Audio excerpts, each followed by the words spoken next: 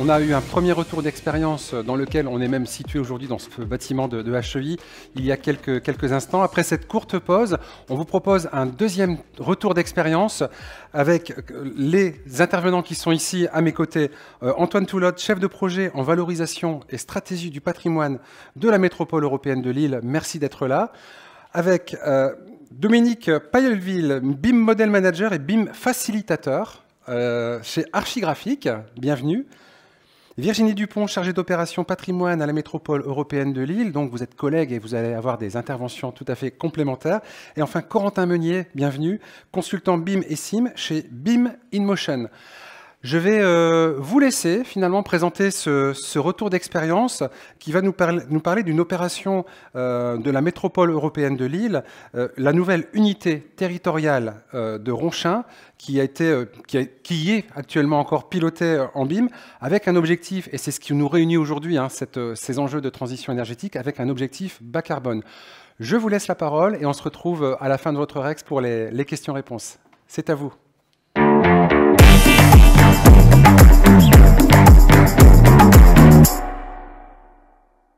Alors, même principe, hein, présentation de l'opération, pourquoi le BIM, comment ça s'est passé, qu'est-ce que vous en avez retiré comme enseignement. C'est à vous, merci. Bonjour à tous, Antoine Toulotte, donc chef de projet.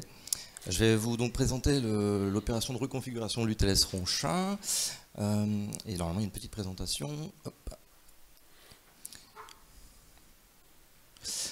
Alors on va vous présenter très rapidement le projet pour bien situer le contexte et après rentrer dans le vif du sujet.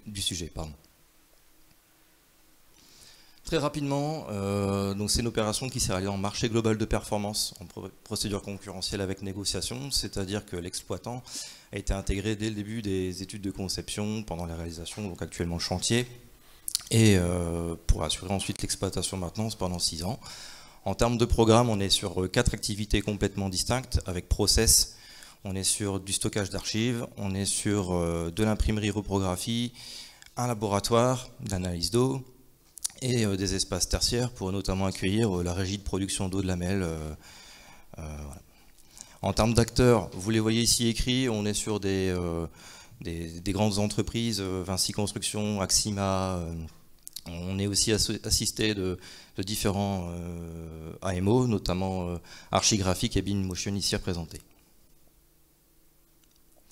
On est sur un projet qui présente des enjeux environnementaux. On utilise des isolants biosourcés, notamment la ouate de cellulose, et on souhaitait utiliser le bois structure dans la mise en œuvre du projet. C'est aussi un projet qui se réalise avec des enjeux énergétiques, notamment sur les consommations énergétiques des bâtiments, avec des labellisations qui sont souhaitées. E3C1, donc RT 2012, moins 40%. Aujourd'hui, les études nous permettent de démontrer qu'on atteint un niveau carbone 2, l'équivalent du bâtiment bas carbone performance. En termes d'enveloppe financière, on est sur, en termes d'études et de travaux, sur une enveloppe qui dépasse légèrement les 33 millions d'euros. Comme je vous le disais, donc on est sur 4 entités, 4 services complètement distincts. On pourrait s'imaginer 4 bâtiments complètement indépendants. Et vis-à-vis des premières photos que vous avez pu voir, et on aura ensuite une vidéo numérique qui vous sera présentée ensuite, vraiment la décomposition et l'organisation spatiale de ces différentes activités. En termes de planning, on est sur un démarrage du projet en termes d'études de faisabilité fin 2017, avec une début de programmation dans les années 2018, fin mars 2018 exactement. Et c'est à ce moment-là qu'on a intégré la volonté, en tout cas, d'intégrer la démarche BIM dans le projet. Actuellement, on est toujours en phase chantier. La fin du chantier est prévue pour cette fin d'année, précisément pour octobre 2022. Et va donc s'en suivre une phase d'exploitation-maintenance sur une durée de 6 ans, avec des objectifs donc de performance énergétique que l'exploitant devra respecter, et notamment de confort pour les occupants, mais aussi pour le process en termes de température et d'hygrométrie pour le stockage des archives, par exemple. Alors le BIM, pourquoi ? Tout d'abord, on était sur un niveau de maturité, comme différents acteurs ont pu l'exposer, vis-à-vis des années 2018, sur donc un niveau de maturité très, très bas. On se posait beaucoup de questions sur est-ce qu'on y va ou pas, est-ce que ça va être complexe pour nous d'aller dans cette démarche. On souhaitait surtout, vis-à-vis des activités qui sont présentées dans ce projet-là et qui comprennent donc beaucoup de process, du laboratoire, des archives, beaucoup de réseaux CVC, beaucoup de technicité et surtout des enjeux énergétiques, vraiment s'assurer dès les études de conception que le projet répondait justement à ces objectifs. Je vais aller trop vite. Attends, je vais aller trop vite. En phase conception, l'objectif c'était bien de vérifier tout ce qui était respect du programme d'un point de vue énergétique, d'un point de vue surfacique. Surtout de bien apprécier, en fait, au-delà d'avoir un plan 2D, l'organisation des volumes et l'organisation spatiale. Et ensuite, en phase construction, éventuellement, Virginie, si tu veux compléter ces propos. L'idée vraiment, c'était d'avoir effectivement un travail de collaboration. On parlait tout à l'heure du BIM comme quelque chose qui n'est pas qu'un outil et qui n'est pas un outil en fait et qui est vraiment une philosophie. Et du coup, donc de ce travail collaboratif qui aide à la synthèse et qui, au niveau de la réalisation, permet normalement d'avoir vu en amont et d'avoir travaillé en amont toute la technicité dans cet esprit collaboratif pour chacun. Du coup, tous les objectifs que je viens de présenter là, ils se traduisent derrière par des cas d'usage, en fait, des utilisations qu'on va faire de la maquette numérique. Ces cas d'usage, ils sont définis notamment en début de projet dans un cahier des charges qui permet d'encadrer aussi la production de la maquette numérique et son utilisation. Et il y a un certain nombre des cas d'usage, donc des objectifs qu'on s'était fixés en début de projet, auxquels on a répondu à travers la visualisation d'indicateurs sur Power BI. Donc Power BI, c'est une solution de visualisation développée par Microsoft et qui permet d'organiser une remontée d'informations. Donc ce qu'on a fait, c'est qu'en fait on a récupéré les données de la maquette numérique sous forme de base de données qu'on peut ensuite visualiser sous forme de tableau de bord. Donc grâce à ça, on a répondu à plusieurs objectifs, tout ce qui concerne la conformité de conception, donc nombre de places de stationnement, surface utile, tous les équipements, etc. La technique aussi, donc les équipements présents dans chaque pièce, l'énergie, l'environnement, tout ce qui est transmittance, matériaux biosourcés, équivalent carbone, etc. Et avec un usage aussi pour l'exploitation maintenance, avec tout ce qui est surface végétalisée, surface de locaux de déchets, etc. Pour la maîtrise d'ouvrage, c'est vraiment tous ces points permettent une vraie lisibilité des attentes. Et c'est ça qui est très intéressant. Alors pour compléter, mais on y reviendra tout à l'heure aussi, ça nécessite bien sûr derrière tout un processus de gestion de l'information. Quelles sont les informations qui vont permettre de représenter ces indicateurs et ces visualisations, et on va voir que c'est là où ça va bloquer un petit peu sur les exigences en termes de données alphanumériques dans la maquette.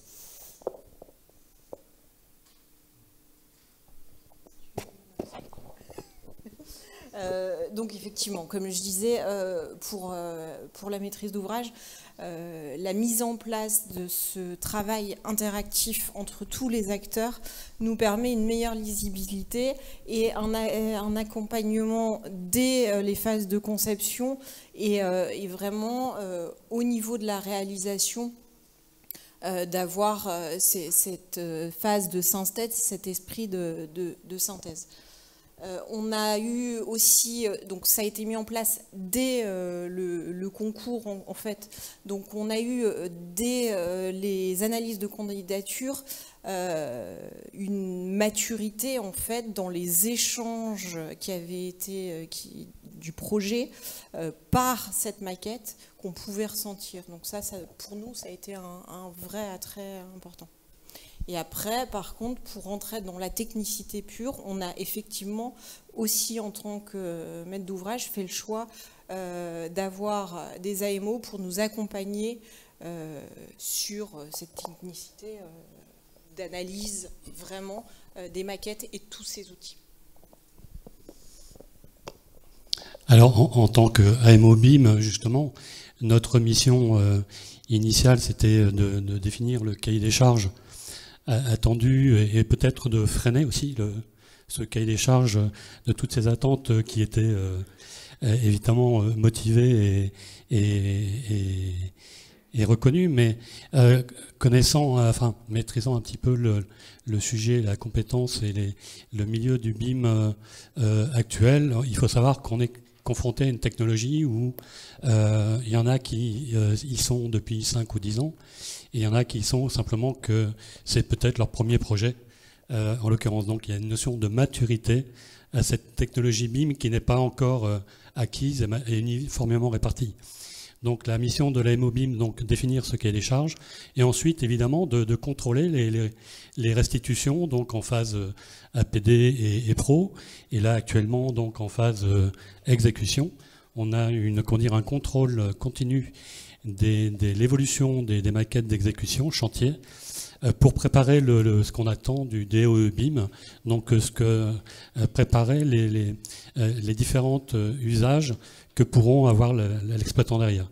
Donc tous les 2 mois et demi, on fait un check de chacune des maquettes et on essaye de rectifier le tir en disant telle information c'est bien, tu l'as mis là, mais c'est là qu'il fallait la mettre. Voilà, pour compléter peut-être rapidement, l'idée c'est vraiment de ne pas viser trop. En fait, on en a vu beaucoup, des projets BIM où on veut un peu tout faire, tous les cas d'usage, et à la fin on se retrouve finalement avec pas grand-chose. Donc l'idée c'est vraiment de se fixer des objectifs en accord avec le contexte de l'opération, le projet, et aussi la maturité des acteurs qu'on a sur le projet.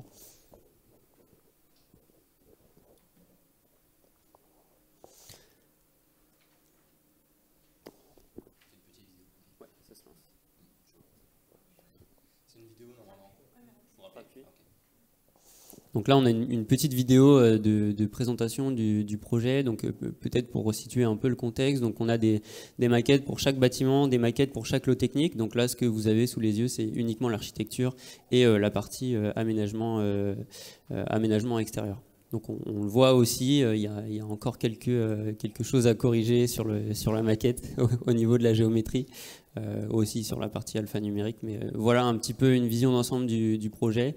Et des petits supports de présentation qu'on peut obtenir rapidement. Alors, on n'est pas sur du niveau architecte, mais ça permet quand même de faciliter la communication sur le projet. Pour compléter ce qui se dit, en fait, nous, sur la base de cette maquette numérique vis-à-vis de la procédure, donc c'est un marché global de performance, on est sur un rendu niveau APS avec un planning. Ce qu'on souhaitait...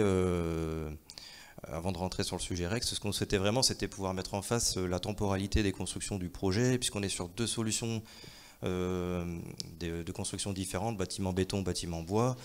On souhaitait aussi pouvoir analyser l'ensemble des données techniques et environnementales, comme je disais tout à l'heure, en début, isolant biosourcé, donc pouvoir faire très rapidement, et même quasiment dès le stade d'analyse des offres, quantifier le taux de matériaux biosourcés, de connaître le rendu énergétique, mais sur la base du coup des maquettes numériques. En termes de coût aussi, tu voulais. Et en termes de coût, effectivement. En 5 minutes, si vous pouvez finaliser la partie REX, merci. Bon, rapidement, pour ce qui s'est bien passé, avec ce genre de projet, on voit ici que ce bâtiment, en fait, on a l'impression que c'est qu'un seul bâtiment. En réalité, c'est 3 bâtiments. Et on s'est rendu compte assez rapidement, encore une fois, avec ces différences de maturité, qu'on avait des bâtiments en X et en Z à des altimétries différents. Donc ça, c'est la première des choses. C'est systématique. Mais après, on avait aussi des bâtiments à Boston et d'autres à Ronchin. Donc il y a 2-3 informations qui prennent peut-être 5 ou 10 minutes à encoder dans chacun des logiciels. Et on se rend compte que même 1 an et demi après, ces informations ne sont toujours pas intégrées. Donc c'est aussi une notion de dire, le BIM Manager a encore une raison d'être. C'est vrai que ce n'est pas un métier, le BIM Manager, c'est juste un rôle. Bientôt, ce sera l'architecte qui prendra cette mission. C'est un rôle, mais c'est actuellement, compte tenu encore une fois de cette disparité technologique et de maturité, que c'est encore un rôle indispensable parce qu'il y a encore des langages différents et difficiles à faire passer. Effectivement, quand on parle de maturité, on en parlait tout à l'heure aussi des entreprises dans la réalisation. Il y a effectivement celles qui sont à même d'être dans le travail du BIM, etc. Et puis on a les artisans qui du coup viennent à côté et n'ont pas le même travail, ne rentrent pas de la même façon dans ce travail de synthèse, et sur lequel c'est encore difficile d'avoir des détails qui viennent s'intégrer en globalité à ça. Parallèlement, et notamment parce que ce marché est lié à un marché d'exploitation derrière, on a tout ce travail de conception qui a été pensé au même moment que tout ce qui est préalable à l'exploitation. Et du coup, on espère que la maquette en elle-même et que tout le travail de data va être vraiment force de l'exploitation qui va venir.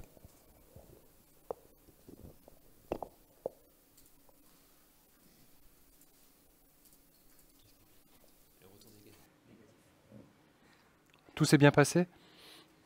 C'est à qui? C'est à Corentin pour le... Voilà, là, donc on a vu... Alors là, c'est un truc qui me frappe. Retour d'expérience positif, une petite moitié d'écran. Retour d'expérience négatif. Alors, ça veut dire que vous avez pas mal d'enseignements à nous apporter sur cette opération. On va y aller tout de suite. C'est vrai que, pour se dire clairement les choses, en fait, on a remarqué que les maquettes numériques, au-delà de la démarche BIM, c'était plutôt du livrable.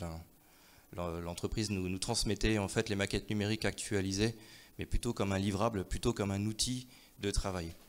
Hormis, entre parenthèses, sur le travail de synthèse qui a été réalisé vis-à-vis du lot CVC et des lots structurels. Mais clairement, les échanges qu'on a notamment avec notre BIM manager et les différents membres du groupement, c'est voilà la maquette numérique terminée en phase pro, voilà la maquette numérique terminée en phase exécution, analyse par notre AMO, et c'est pas du tout la vision qu'on en avait en fait dès l'élaboration de ce projet et l'intégration de la démarche BIM dans ce projet-là. Alors c'est vrai que c'est la maîtrise d'ouvrage du coup qui est à l'origine de cette demande du BIM et qui l'amène sur le projet. Maintenant l'idée c'est que tout le monde contribue et y trouve son bonheur aussi, que tout le monde puisse gagner du temps dans le processus de conception et même de réalisation à partir de la maquette numérique et pas juste pour faire plaisir à la maîtrise d'ouvrage. On peut regarder ensemble encore le détail de votre... Des retours d'expérience, donc blocage technique, organisationnel, on les a abordés, ceux-là? On a été assez gourmand sur les indicateurs qu'on souhaitait mettre en place. On avait fait une liste, c'était une centaine d'indicateurs, c'est ça à peu près? Vraiment pour connaître le détail de la paroi, de sa constitution. On voulait vraiment pouvoir analyser toute la maquette numérique à partir... Après, avec du recul, c'était trop?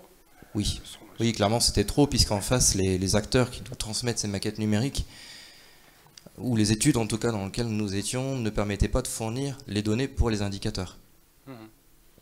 Et même au-delà des données disponibles, il y a toute la structuration aussi de l'information dans la maquette. Il y avait des attributs, donc des emplacements pour l'information qui n'étaient pas présents, des informations qui étaient mal renseignées, des fautes d'orthographe par exemple, des informations qui étaient au mauvais endroit, dans le mauvais attribut. Donc tout ça c'est des choses qui prennent plus de temps ensuite pour la remontée d'informations.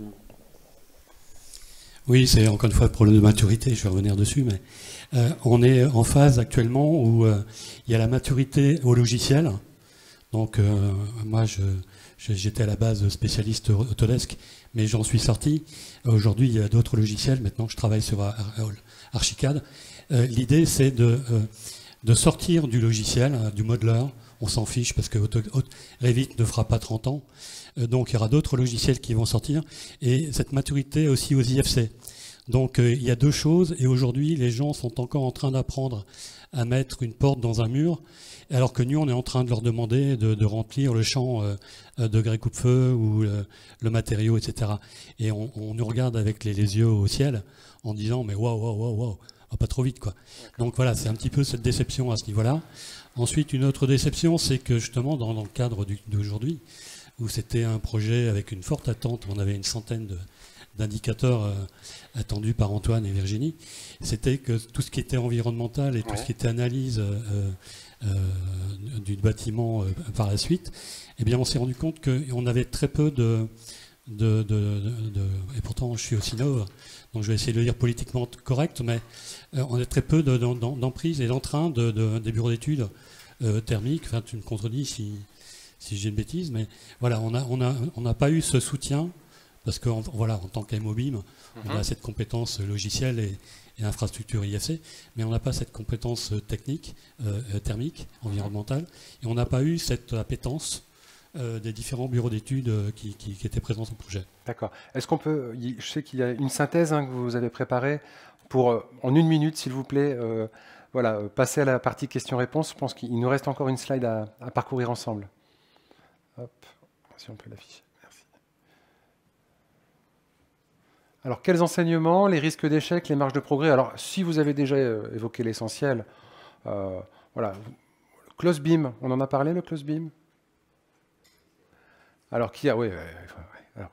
Le close beam, c'est ce qui veut dire l'utilisation unique d'un seul logiciel ou d'un seul éditeur. En l'occurrence, tout le monde le connaît ici, Autodesk. Mais les entreprises ont cette faculté, là on est dans un marché global de performance, donc l'entreprise est mandataire, et les 3/4, enfin 99% des entreprises sont sur Revit et imposent plus ou moins à leurs équipes de conception de travailler sur ce logiciel. Et pour moi, c'est un piège au BIM et au développement que tout le monde ici on attend, c'est qu'on attend que les informations soient dans les objets et non pas sur les plans. Un close beam va permettre d'annoter une porte avec son degré coupe-feu, son matériau, etc. Porte extérieure, coupe-feu 2 heures, etc. Bois métallique ou autre. Mais cette information-là, moi, je ne la retrouve pas dans le BIM.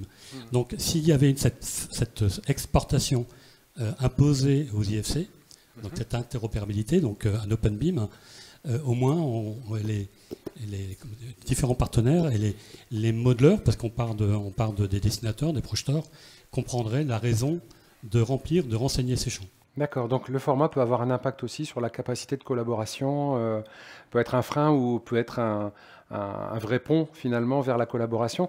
Peut-être par rapport à ce que vous disiez sur les bureaux d'études tout à l'heure, j'ai vu donc sur la dernière ligne, si ma mémoire n'est pas trop, voilà, une meilleure. Donc est-ce que la solution passe aussi par une meilleure implication en amont, dès la phase conception, marché? Vous disiez, Virginie, que c'était important qu'il y ait une bonne compréhension à l'origine, etc., par l'exploitant et les bureaux d'études aussi. Est-ce qu'il y a aussi cet effort de pédagogie et d'anticipation des besoins sur lesquels il faut être plus fiable? En fait, du coup, ça rejoint sur les enseignements. C'est vraiment sur l'aspect directif et de bien définir ses besoins dans le cahier des charges BIM, en tant que maître d'ouvrage. Bien définir ses besoins, ses objectifs, les attendus, les livrables aussi à chaque phase d'évolution et des études de conception. D'accord, ok. Merci beaucoup. On peut vous remercier, bravo. Et puis, je reviens à vos côtés. Ça résonne un peu moins, j'étais près des enceintes. Est-ce qu'il y a des questions, des remarques, des réactions dans la salle par rapport au projet qui vient de nous être présenté? Oui, je vais prendre le micro, je vais y aller. Donc je vais vous demander de vous présenter juste avant de poser votre question, s'il vous plaît. De rien. Bonjour à tous, alors Maxime Wimbert, je travaille pour une société éditrice de solutions collaboratives autour du BIM. J'avais une question pour vous, monsieur. Vous avez fait une bonne remarque sur le fait qu'aujourd'hui on se concentre beaucoup sur la représentation graphique et peu sur les données. Ça rejoint d'ailleurs ce qui a été dit dans la table ronde au départ. On a beaucoup restreint le BIM à dessiner des maquettes. Et du coup, je voulais savoir par rapport au problème que vous remontez là, est-ce que dans le cahier des charges des entreprises, vous aviez bien indiqué toute cette démarche de collecte de données et de formatage de données utiles après pour l'exploitation de votre ouvrage? On a défini des données. Après, c'est vrai que sur la phase exploitation-maintenance, on est quand même sur un projet pilote à la MEL en fait. On n'avait pas beaucoup d'arguments. Enfin, clairement, on était le plus light possible on était assez léger, sur la phase exploitation-maintenance. Contrairement aux attendus plutôt sur les phases APS, Pro, où on s'attendait plus on savait plus ou moins ce qu'on voulait. Effectivement, sur la phase exploitation-maintenance, beaucoup de difficultés à pouvoir se projeter sur les attentes et qu'est-ce qui va nous être utile sur la phase exploitation-maintenance. L'appel d'offres parlait clairement de BIMGEM en fait. Donc, gestion, exploitation, maintenance, c'est ça.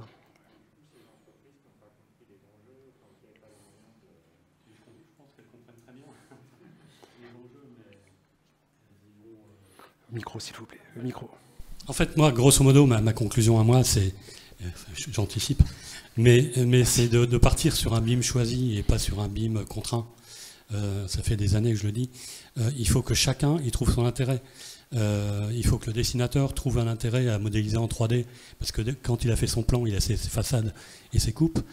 Son client comprend la 3D, et l'information, si elle est mise sur le degré de coupe-feu, RE 90 ou je sais pas quoi, le maître d'ouvrage la retrouve. Donc il faut que tout le monde, voilà, le BIM choisi est plutôt BIM contraint, et je pense que c'est aussi une des conclusions qu'on a mis, ou que j'ai mis peut-être, mais c'est que l'exploitant qui fait partie prenante du programme, on ne l'a pas non plus entendu sur ce qu'il attendait dans la maquette du DOE, quoi. Donc, et puis on est sur un MGP, et du coup on a devant nous en fait, donc on a un marché et on a devant nous une équipe, mais une équipe qui est sur le large panel, puisqu'on va avoir le mandataire, donc qui est Vinci Sogea, mais jusqu'au sous-traitant qui est le petit artisan qui va faire un superbe escalier, mais du coup le rendu et l'intégration à ces outils de travail tous ensemble, il n'est pas le même entre des majors qui ont ces habitudes et puis les autres. Merci beaucoup. On peut encore vous remercier. Il y a peut-être un dernier. Non, c'est bon. Bon. Merci, on peut encore les remercier.